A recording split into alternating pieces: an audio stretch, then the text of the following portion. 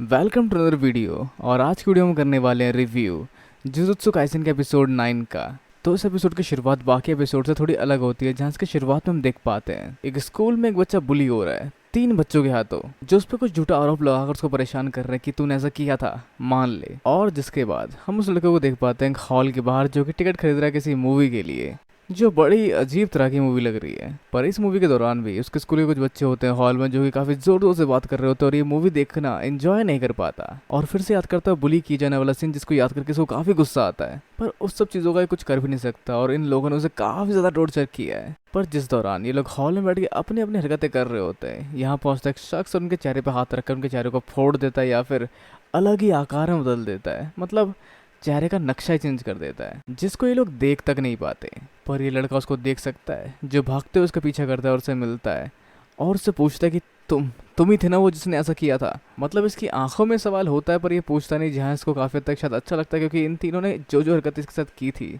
वो डिस्क्राइब करने लायक नहीं थी इसके लिए। तो अब क्या हुआ और कैसे हुआ, जो भी हुआ किसी इंसान के हाथ की चीज़ तो नहीं लग रही, सोचकर सब परेशान है। और जिस जगह इन्वेस्टिगेशन करने पहुंचा है इतादोरी, और उसके साथ है ननामी, जो कि उसको गाइड कर रहे हैं, जहां पर इतादोरी इस केस में समझ नहीं पा रहा कि कर्ज एनर्जी कैसे काम कर रही थी।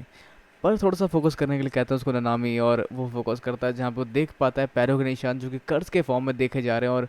इससे वो समझ सकते हैं कि उस कर्ज ने जो भी ऐसा कुछ किया है वो कहाँ गया होगा। तो ये है ननामी कैंटो, जिसे इंट्रोड्यूस करते हैं गोजू सेंसे इतादोरी को, जो थोड़े से अलग और काफ़ी अलग है, जिन्होंने पहले ये जो सोचना शुरू किया और उन्हें बेकार लगा, पर फिर उन्होंने जॉब की, जॉब जो इससे ही बेकार लगी, जहाँ दोनों चीज़ें ही बेकार थी, पर इन दोनों चीज़ों में से जो थोड़ा कम बेकार था उन्होंने वो चुना, जो कि था जुजुत्सु सोर्सर बनना, जो अब ओवरऑल बाकियों से काफ़ी अलग और अलग पर्सनालिटी वाले हैं। तो उस जगह को इन्वेस्टिगेट करते हुए लोग बढ़ते हैं आगे, और वो देख पाते हैं 2 कर्ज को, जिसमें से एक का सामना करने जाता है ननामी और दूसरे के लिए जाता है इतादोरी। तो ननामी सान की टेक्निक है कि वो भाप सकते हैं किसी की वीक पॉइंट, जो कि 3/7 के रेशियो में किसी के शरीर में कहीं भी हो सकता है, जो वो देख के हमला कर सकते हैं अपने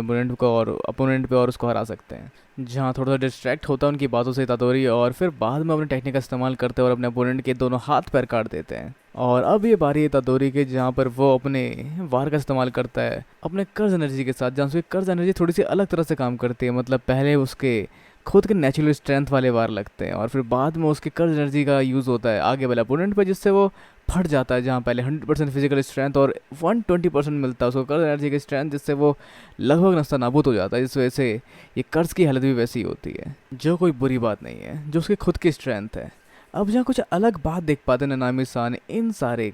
कर्ज को लेकर, और वो क्लिक करते हैं फोटो इन कर्ज के कटे हुए हाथों की, जो क्लिक हो जाती है, जहाँ कर्ज कैमरे में कैद नहीं हो सकता, जिसका मतलब ये कर्ज नहीं, ये नॉर्मल ह्यूमन ही थे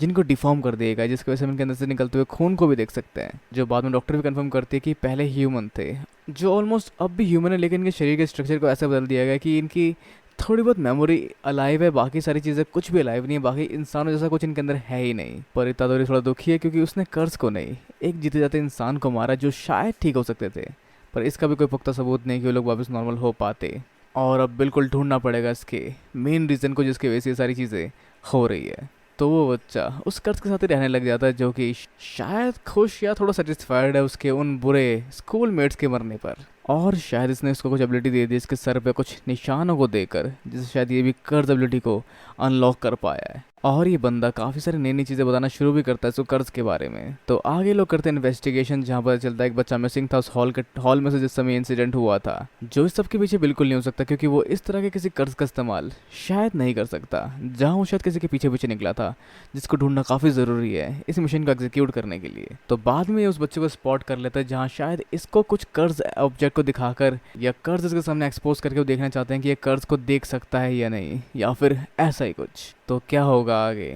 जानने के लिए आपको इंतजार करना पड़ेगा इसके नेक्स्ट पार्ट का, क्योंकि इसके साथ एपिसोड खत्म हो जाता है। तो सब आपके सोचते हैं कि क्या हो सकता है आगे जुजुत्सु काइसेन के एपिसोड्स में। अपने विचार अपने नीचे कमेंट बॉक्स में बिल्कुल हम लोग वीडियो को लाइक शेयर और चैनल को सब्सक्राइब करना भी बिल्कुल ना भूले। तब तक के लिए मिलते हैं आप लोगों से अगली वीडियो में। Sayonara and have a nice day.